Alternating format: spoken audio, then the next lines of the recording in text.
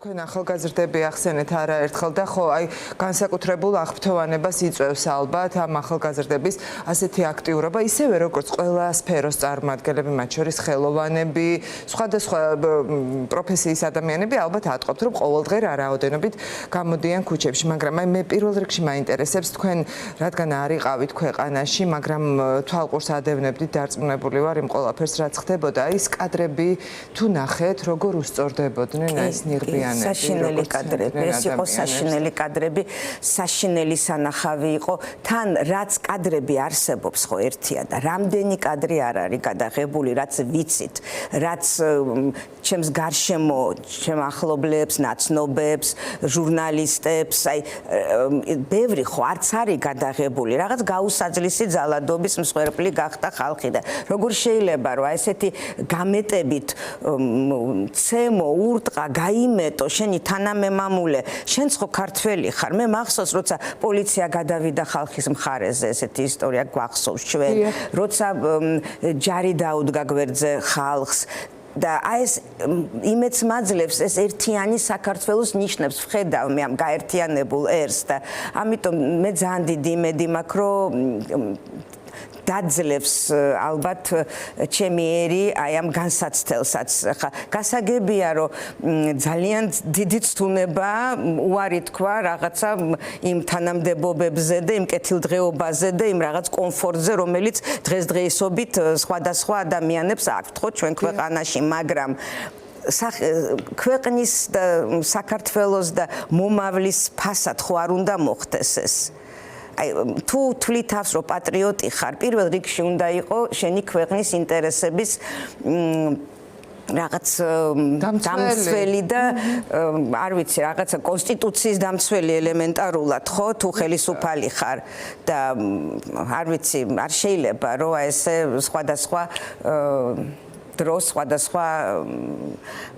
კომენტარი აკეთო და ხალხს აღარ დაგიჯერებს ხალხი. მით უმეტეს უმეტესობა ალბათ 80%-ზე მეტი აღარ აკავს მომხრე.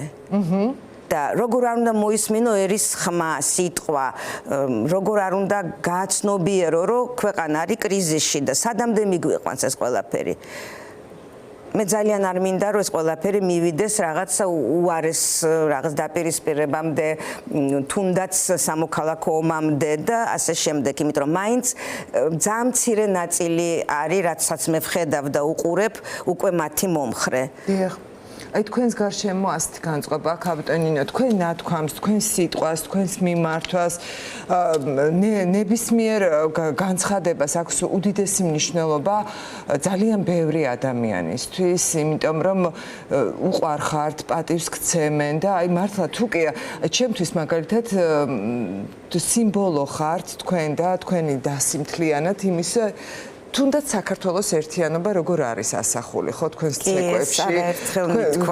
აი ნამდვილად არის მართლა ხო აი აბსოლუტურად ხო დაცული და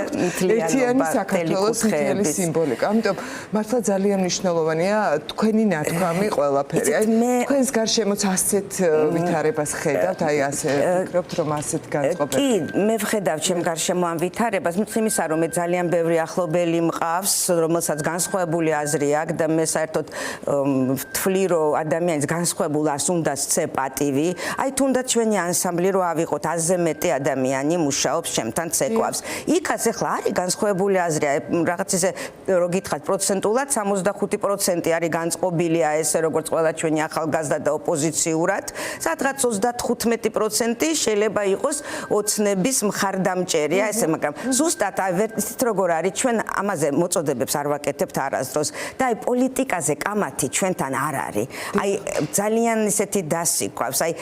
არასდროს შელაპარაკება, ჩხუბი, კამათი პოლიტიკურ თემებზე არ ყოფილა.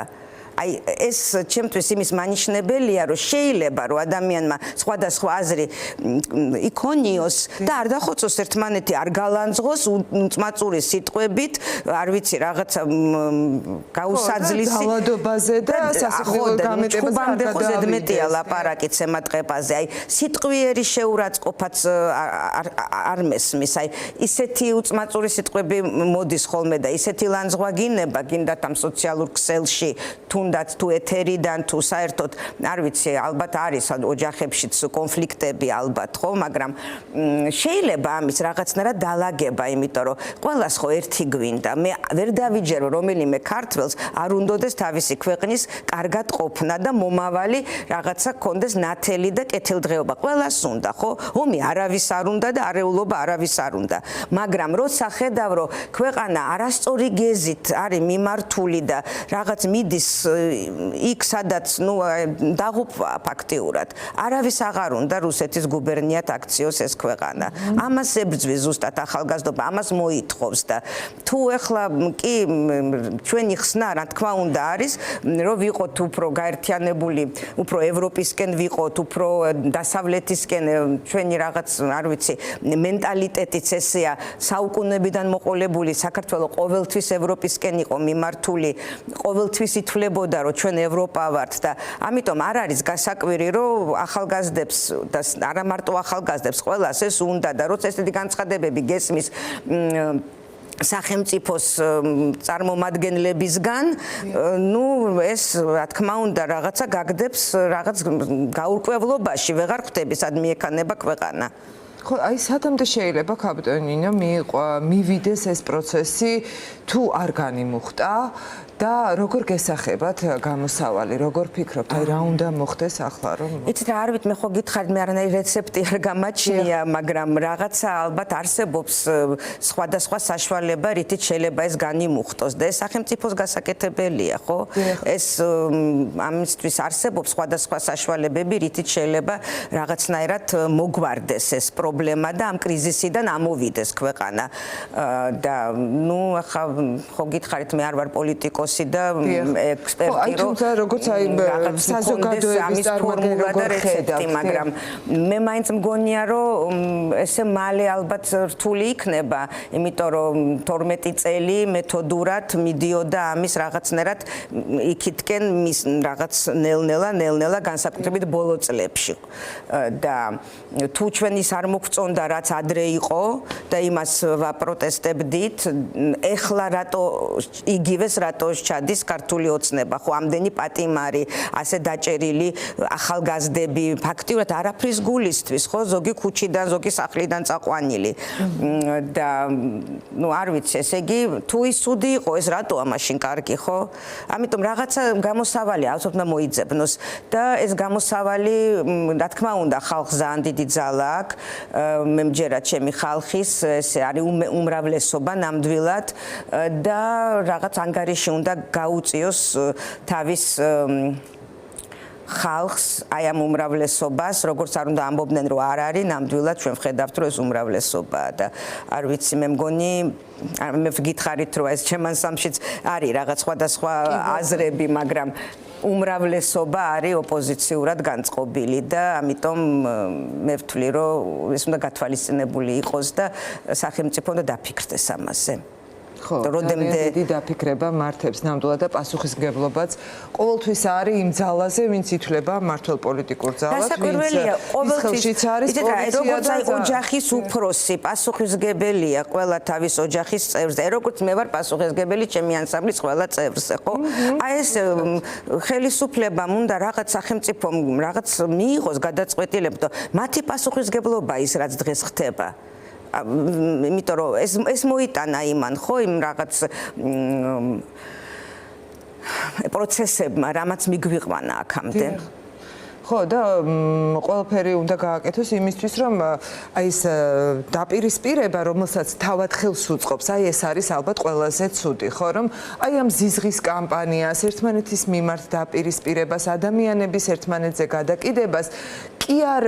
ცდილობს ხელისუფლება რომ რაღაცნაირად გაანეიტრალოს თუნდაც საკუთარი ნაბიჯებიდან გადაწყვეტილება პირიქით ხელს უწყობს და აი კიდევ უფრო აღიზიანებს რომ ადამიანები 28 დღედ განან პარლამენტის შენობასთან და შეყავს შიგნით თავის ყაველაშვილი რომ იქო არ შეიძლება ეს არ არის კარგი ხალხის დაპირისპირება ნამდვილად ძალიან ცუდია და ეს არ შეიძლება ეს პოლარიზაცია რომელიც ახლა ხდება და მე მგონია რომ ეს კასიკეთისკენ არ მიგვიყვანს ნამდვილად ხო და აკავებენ აბსოლუტურად უმიზეზოდ კიდევ ადამიანებს, მათ შორის მსახიობები იქნებიან, ეს ექიმები, რაღაც მეცნიერები თუ ასე შემდეგ, უკვე მნიშვნელობა აღარ აქვს. კაპიტონინო, მართლა ისეთი ადამიანები ყავთ ახლა ციხეში გამოკეტილი, რომ ეს წარმოუდგენელი ბრალდებები. არ ვიცი, ეს ნამდვილად წარმოუდგენელია, ეს არ ვიცი, ხო ვთქვით თუ რაღაც არ მოგწონდა ადრე, ის რაც ვაპროტესტებდით, რატომ მაშინ ეს რატოა კარგი, ხო? არ არის სწორი ეს. არ უნდა ხდებოდეს ესეთი რაღაცები. თან ჩვენ სხვა ხალხი ვართ, ჩვენ მაინც რაღაც არტისტული ბუნების ერი ვართ, ხელოვანის ზანდი მნიშვნელობა აქვს, ხანდახან პოლიტიკოსზე უფრო დიდი ძალა აქვს, ხელოვანის ნათქვამ სიტყვას მით უმეტეს იმასაც, ვისაც ხალხი პატივს სცემს და ვინც უყვართ და ამიტომ ხდება, რომ რაღაც ესე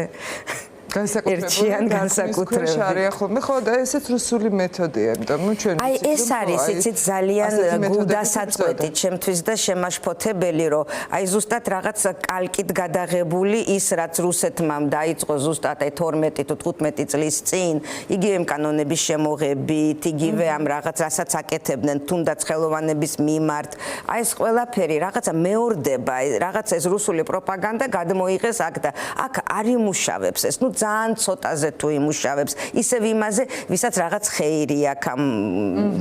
ამ მისგან ოცნების დაინტერესება, რაღაც პირადი რაღაცა აქვს, თან რაღაც ის აქვს, მოკლედ ეს ისეთი ყველა მე ეხაც მგონია ისინი ვინც დღეს უჭერენ მხარს იმათაც აი რაღაც ყველას რაღაც მის გამო თავის კეთილდღეობის თავის რაღაც არ ვიცი მდგომარეობის თუ კორუფციის თუ